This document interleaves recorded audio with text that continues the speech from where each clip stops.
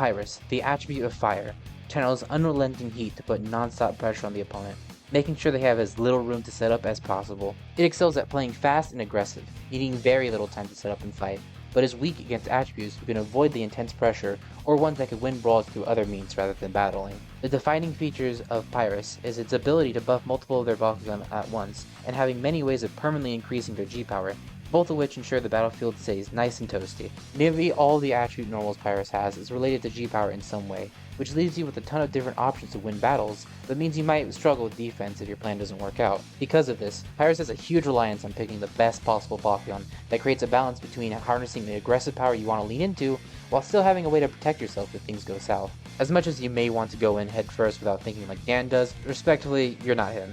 So don't think you could simply pick big bodies like Saurus and Warriors and be just fine, as one sneaky Mind Ghost or Tsunami Wave could meet the end for both of them. Instead, consider taking only one of them with you, and replace the other with defensively capable Bakugan such as Garganoid or Mantris, both of which can still do some serious damage, but can also act as your safety net. You can also consider Bakugan like Ravenoid or Juggernoid to have defensive cards that are available in every attribute. As for Guardians, they can be wildly unpredictable, acting as either your main powerhouse, or perhaps your secret trick that no one was expecting. It really depends on your preference. Take Dragonoid for instance. The combination of both his boosted dragon ability and his fusion Melt Flare means he can typically take on even the largest foes. But you might want to consider his more support focused ability Scorched Earth instead, which causes all of your other Bakugan to gain G-power whenever Drago gets a boost, causing immense value from any of your cards that get used later. Although the benefit of this card doesn't come immediately like you might expect from Pyrus, it could be the perfect way to catch your opponent by surprise, showing that Pyrus has no lack of strategy in its arsenal. For gate cards, it's important to make sure your opponent doesn't use your own game plan against you,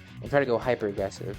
So you might want to consider cards like Intercept or Bait and Switch, both cards that can punish your opponent for not playing by your tempo and putting them in an uncomfortable spot.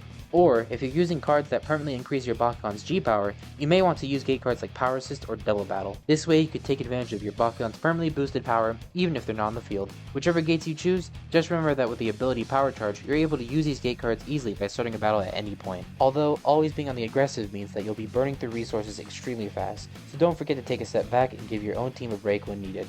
After all, what good is a fire if you don't have something to keep it burning? Playing Pyrus of course means to play fast, but it takes much more thinking than that by knowing your own limits, taking on battles that you're confident you can win, and creating a team capable of playing aggressive while also covering your weaknesses. So battle strong, think fast, but most importantly, don't burn yourself. Thanks for watching, hope this overview brings some insight on the Pyrus lifestyle. If you want to know more about the game or want to find some people to play against, make sure to join the Discord server. See you soon with another video, and make sure to keep on brawling.